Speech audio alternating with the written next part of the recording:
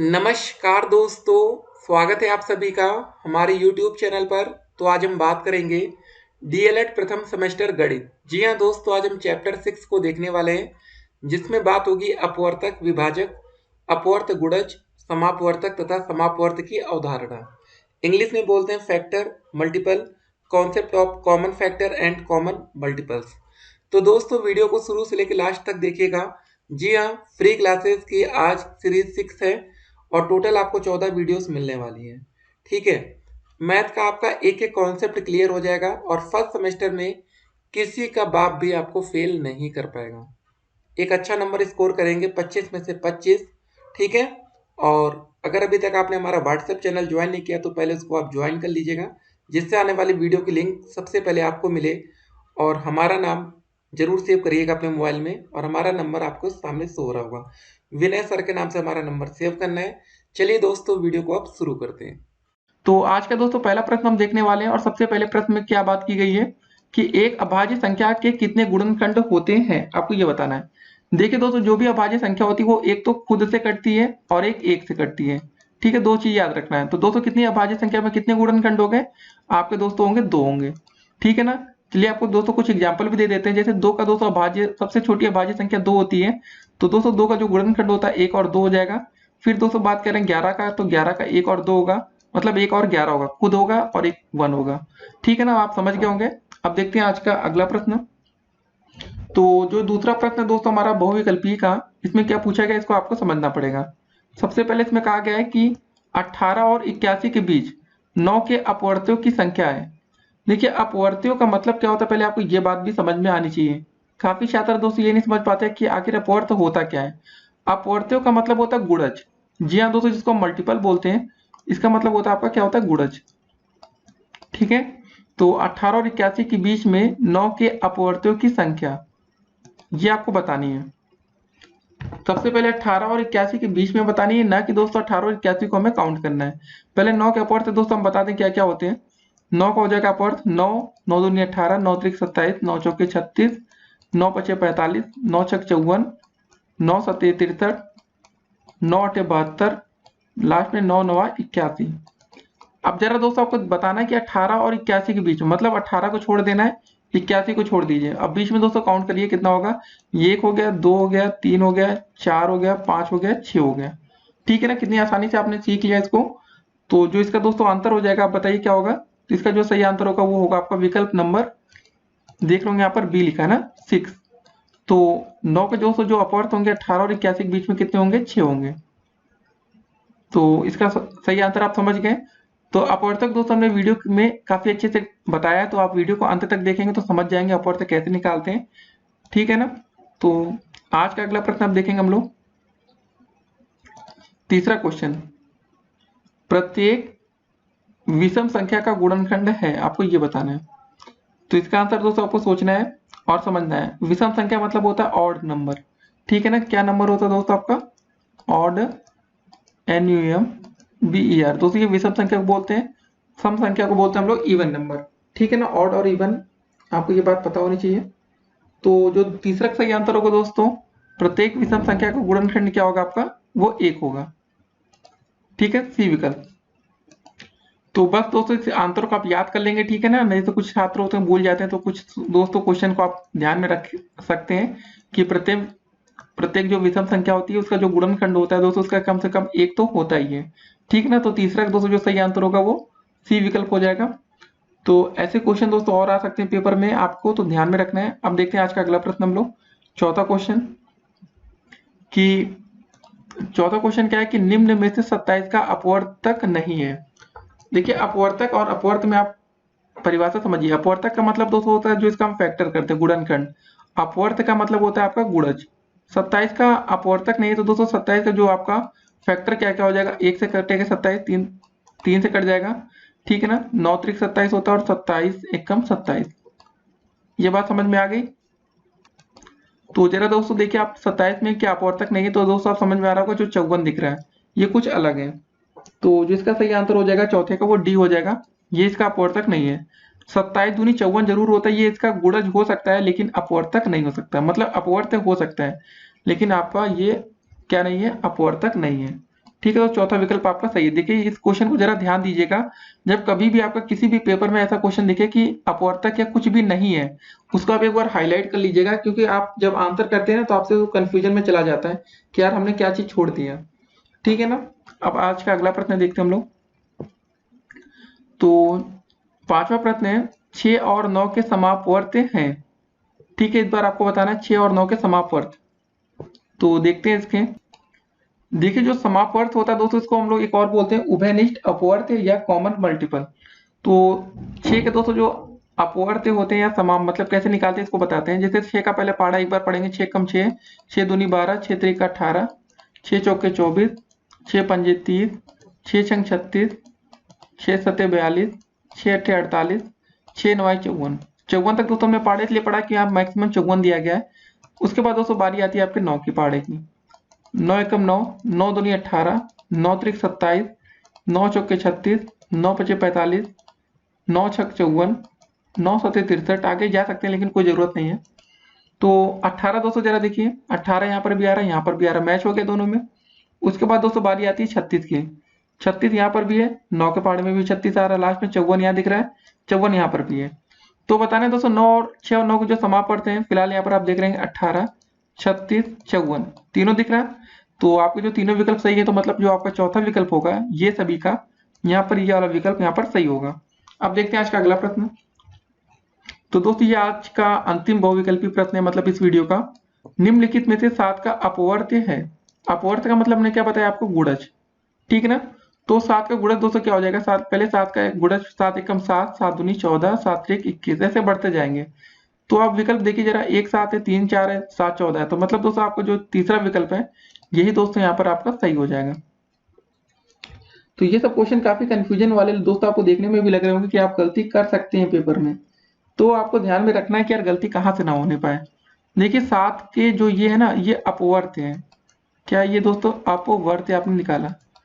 अगर पेपर में दोस्तों 7 का अपवर्तक आ जाता, 7 का अपवर्तक, तो दोस्तों ये हो जाता है 1 और 7, ये क्या हो जाए आपका अपवर्तक। ठीक है ना। तो ये सब छोटी छोटी चीजें होती हैं दोस्तों, आप अपवर्त और अपवर्तक में कंफ्यूजन में आते हैं। अगर थोड़ी इंग्लिश आप इसकी सीखेंगे तो आप गलती नहीं करेंगे। ठीक है ना। तो चलिए दोस्तों अब देखेंगे आज के बहुविकल्पीय प्रश्न, मतलब अति लघुत्तरीय प्रश्नों को। बहुविकल्पीय प्रश्न यहाँ पर आपके कंप्लीट होते हैं।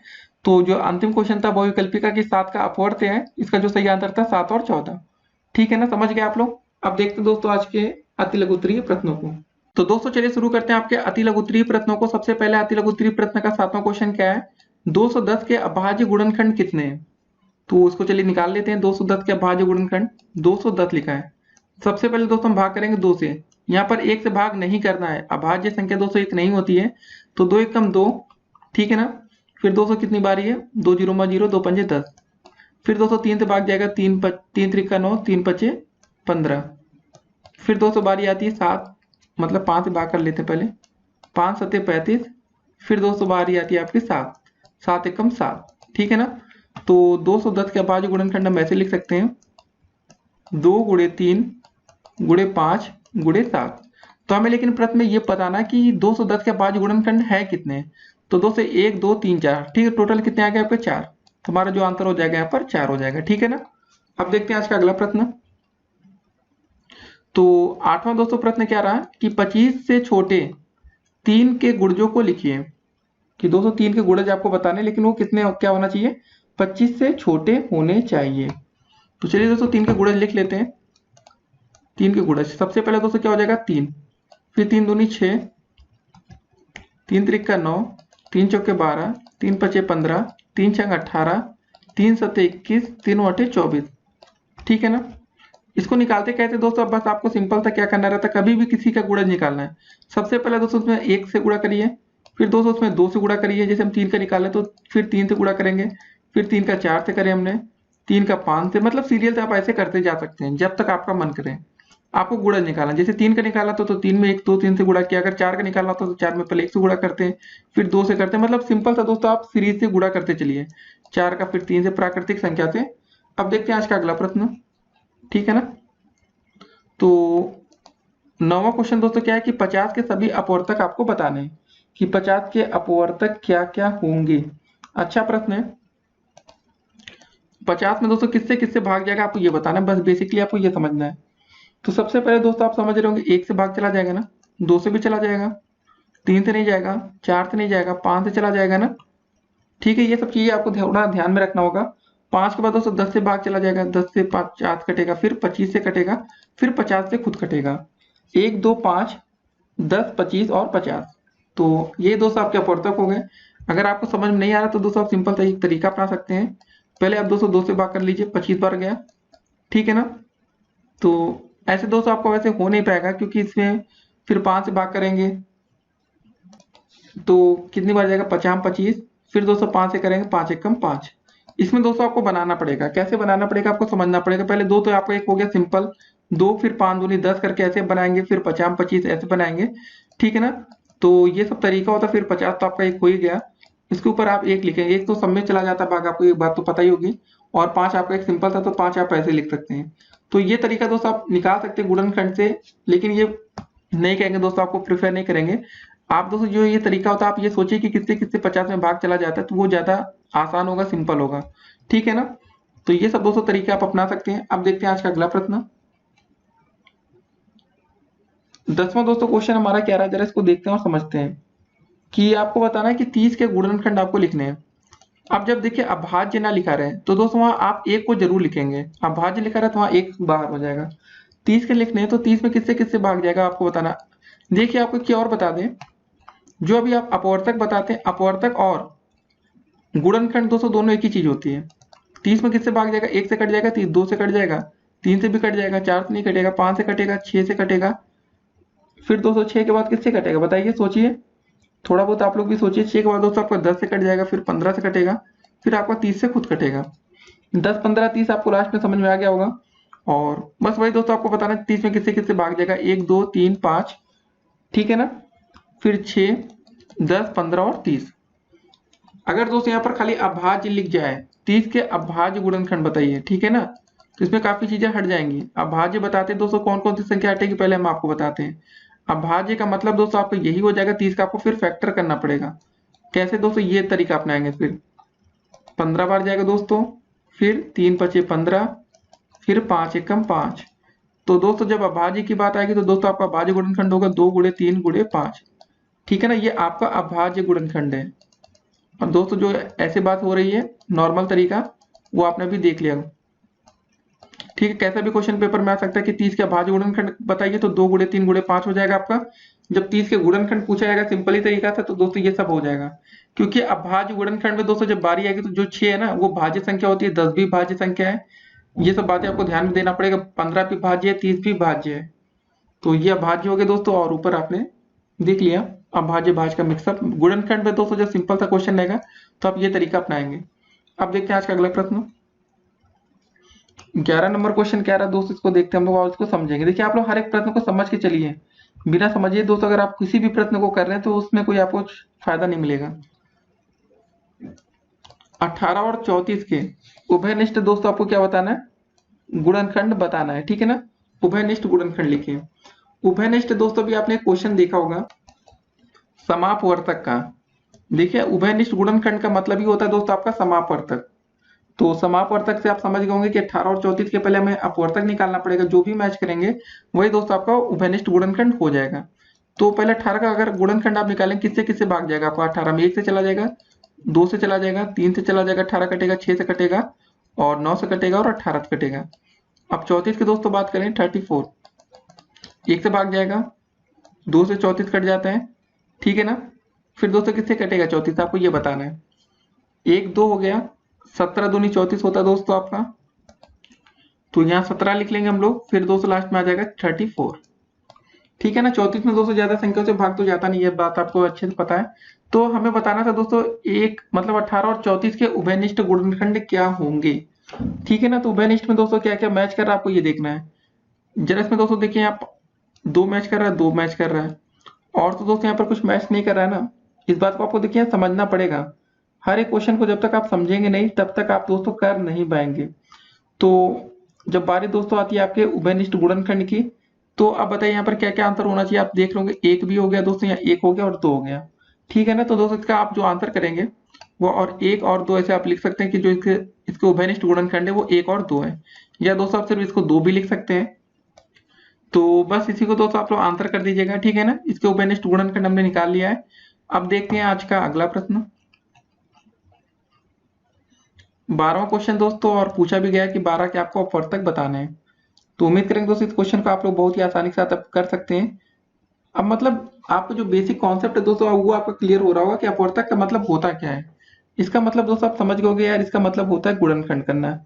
तो 12 के गुणनखंड आपको दोस्तों कर देना सिंपली। तो क्या हो जाएगा, 12 में किससे किससे भाग जाएगा, 1 से कट जाएगा, 2 से जाएगा, 3 से जाएगा, ठीक है ना। 4 3 12, 6 दूनी 12 और 12। बस हो गया दोस्तों, ये कितना आसान प्रश्न है, ठीक है ना। तो चलिए दोस्तों यहाँ से अब आपके अति लघु उत्तरीय प्रश्न समाप्त होते हैं। अब देखेंगे हम लोग लघु उत्तरीय प्रश्नों को। तो दोस्तों चलिए अब शुरू करते हैं लघु उत्तरीय प्रश्नों को। सबसे पहले लघु उत्तरीय प्रश्न का 13 नंबर क्वेश्चन क्या रहा, अपवर्तक तथा अपवर्त से आप क्या समझते हैं, उदाहरण सहित आपको स्पष्ट करना है। तो देखिए अपवर्तक क्या होता है, इसकी परिभाषा पहले हम आपको बताते हैं। अपवर्तक कहिए दोस्तों, या इसको गुणनखंड हम कह सकते हैं। जी हाँ दोस्तों, अपवर्तक का मतलब आपको गुणनखंड होता है, जिसको अंग्रेजी में बोलते हैं फैक्टर।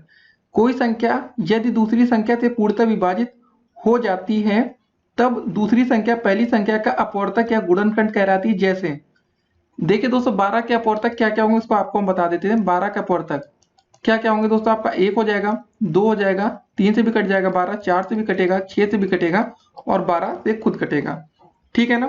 कुछ अन्य अपवर्तक के आपको उदाहरण दोस्तों हम दे देते हैं। जैसे 3 का अपवर्तक क्या हो जाएगा, 1 हो जाएगा, 3 हो जाएगा। बात को आपको समझना है खाली। 4 के अपवर्तक क्या हो जाएंगे दोस्तों, 1 से भी कटेगा 4, 2 से भी कटेगा, 4 से भी कटेगा।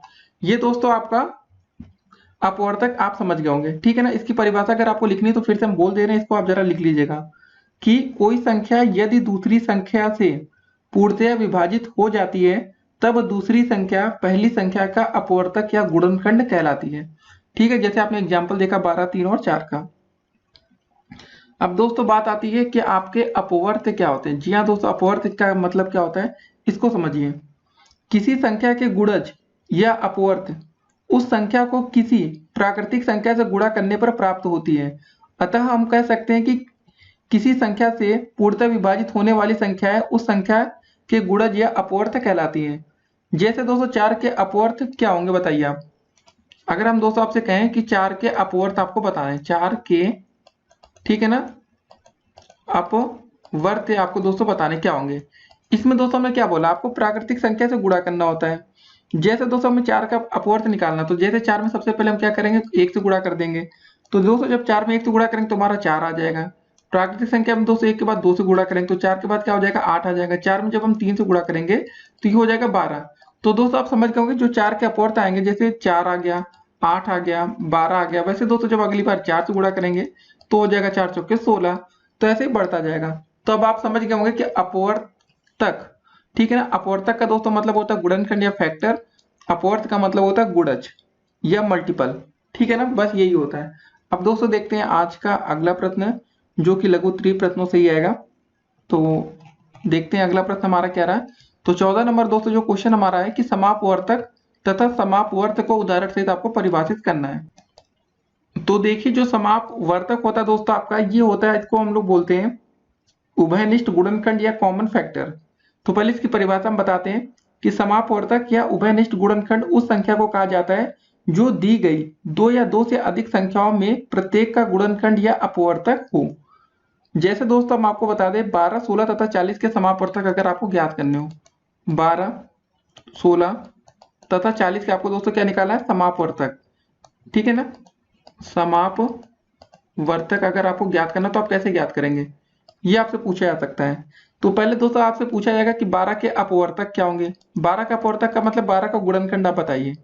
1 से कटेगा 12, 2 से कटेगा, 3 से कटेगा, 4 से कटेगा, 6 से कटेगा और 12 से कटेगा। वैसे दोस्तों आपका 16 किससे किससे कटेगा आपको ये बताना है। पहले दोस्तों आपका 1 आता है, 1 से 16 कट जाएगा, 2 से कट जाएगा, 4 से कटेगा, 8 से कटेगा और 16 से कटेगा। वैसे दोस्तों बारी आती है आपके 40 की, 1 से भाग जाएगा, 2 से जाएगा, फिर 4 से जाएगा, ठीक है ना, फिर 8 से भी दोस्तों आपका कट जाएगा 40।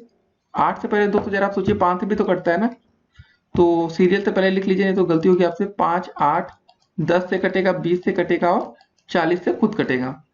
तो आपने दोस्तों सभी के अपवर्तक निकाल लिए, ठीक है ना।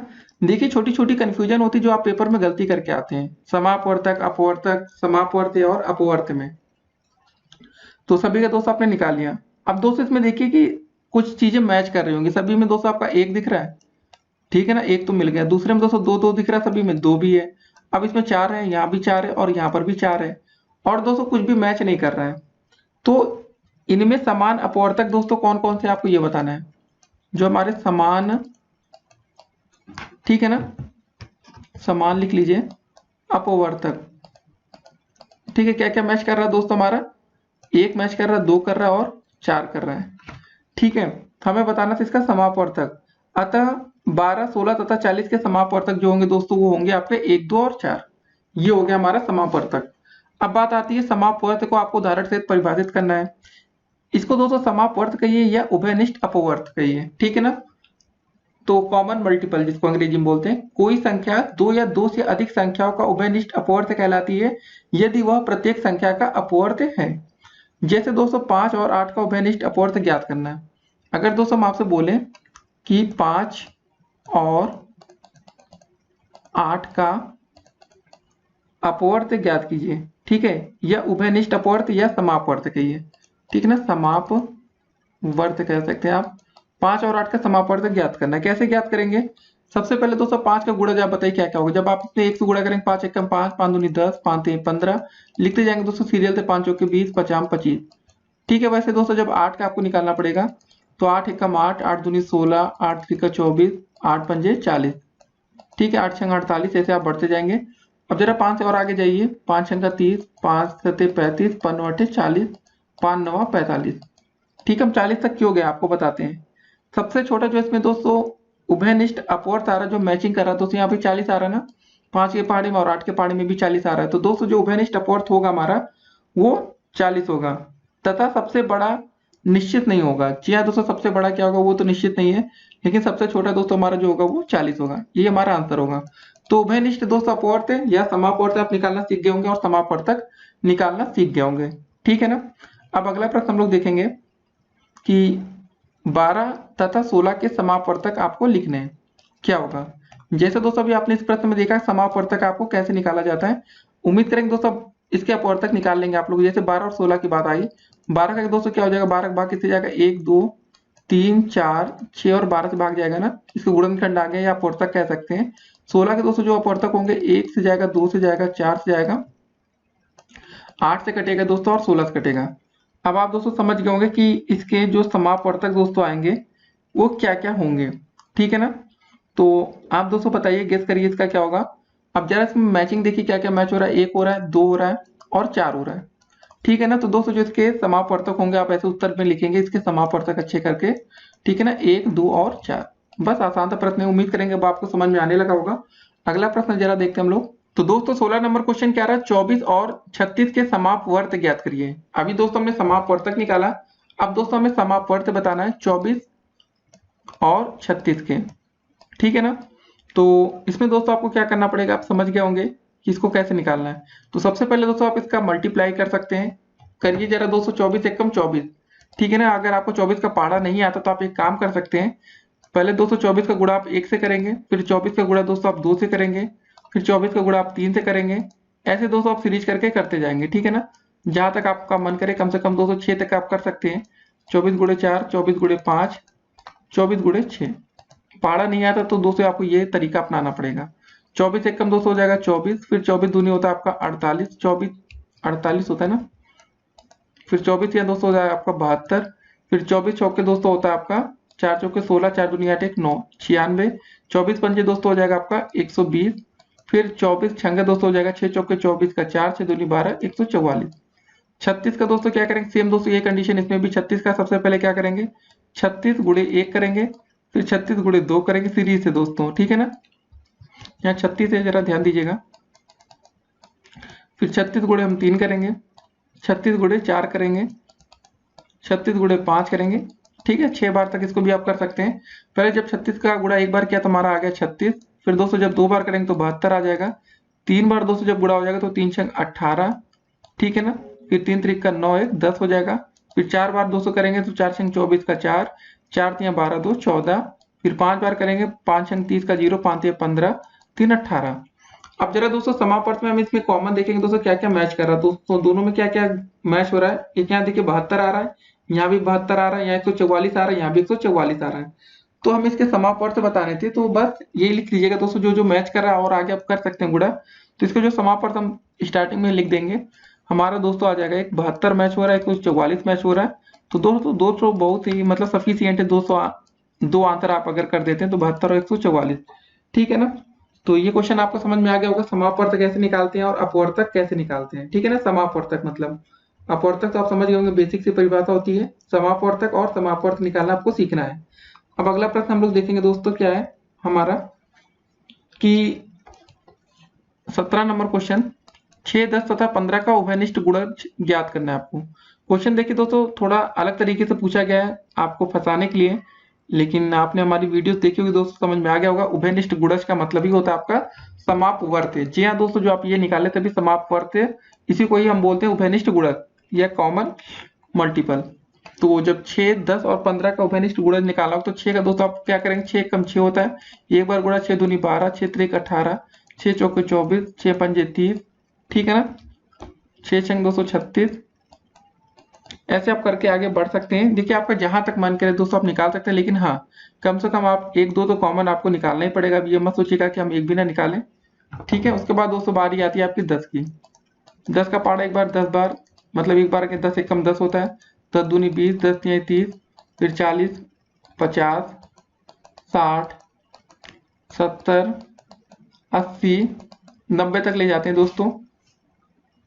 फिर बारी दोस्तों क्या आती है 15 की। 15 एकम 15, 15 दूनी 30, 15 तिहाई 45, 15 चौके 60, 15 पचे 75, 15 छक्का 90। देखिए दोस्तों 90 90 में भी मैच कर गया। 36 में भी दोस्तों आपको पता है कि पहाड़ा में 90 आएगा। 42, 48, 54 और 60, ठीक है दोस्तों 60 तक हम गए। तो क्या क्या मैच करा जा रहा है इसको देखते हैं हम लोग। 30 दोस्तों यहाँ पर भी आ रहा है, ठीक है ना, सही से देखते हैं। 30 यहाँ भी आ रहा है, 30 यहाँ भी आ रहा है, 30 यहाँ पर भी आ रहा है, ठीक है उभयनिष्ठ गुणज। 30 के बाद दोस्तों जरा देखिए 60 यहाँ पर भी आ रहा है, 60 यहाँ पर भी आ रहा है, 60 यहाँ पर भी आ रहा है। और जब 6 के पहाड़े में हम लोग आगे जाएंगे तो 90 भी आपको मिलेगा। तो दोस्तों फिलहाल हम दो ठो उभयनिष्ठ गुणज लिख देते हैं। क्या क्या दोस्तों हमारा मैच कर रहा है उसको लिखते हैं। 30 हो गया दोस्तों आपका, 60 हो गया, लेकिन दोस्तों आगे आप पहाड़ा पढ़ेंगे तो 90 भी आ जाएगा, लेकिन चलिए 30 और 60 लिख देते हैं फिलहाल। और आप आगे तक करना चाहे तो कर सकते हैं। तो फिलहाल दोस्तों आप करना सीख गए होंगे कि 6, 10, 15 का उभयनिष्ठ गुणज कैसे हम निकाल सकते हैं। तो इसमें सिंपल सी बात होती है दोस्तों, जो आपके नेचुरल नंबर होते हैं, प्राकृतिक संख्या से आप गुणा करते जाते हैं बस। अब दोस्तों देखेंगे अगला पार्ट और उसमें कुछ चीजें और सीखेंगे। तो फिलहाल दोस्तों ठीक है, अगर आप लोग अभी तक हमारे चैनल पर नए हो तो चैनल को सब्सक्राइब कर लीजिएगा, जिससे आने वाली वीडियो की हर एक नोटिफिकेशन आपको सबसे पहले मिले। और इस वीडियो को अधिक से अधिक शेयर कर दीजिए अपने दोस्तों के साथ। देखिए अगर आपके समापवर्तक अपवर्तक समापवर्त्य अपवर्त्य में अगर कुछ भी प्रश्न आप बनेगा तो उम्मीद करेंगे दोस्तों आपसे गलती नहीं होगी, ठीक है। फिर मिलते हैं, स्टे कनेक्टेड।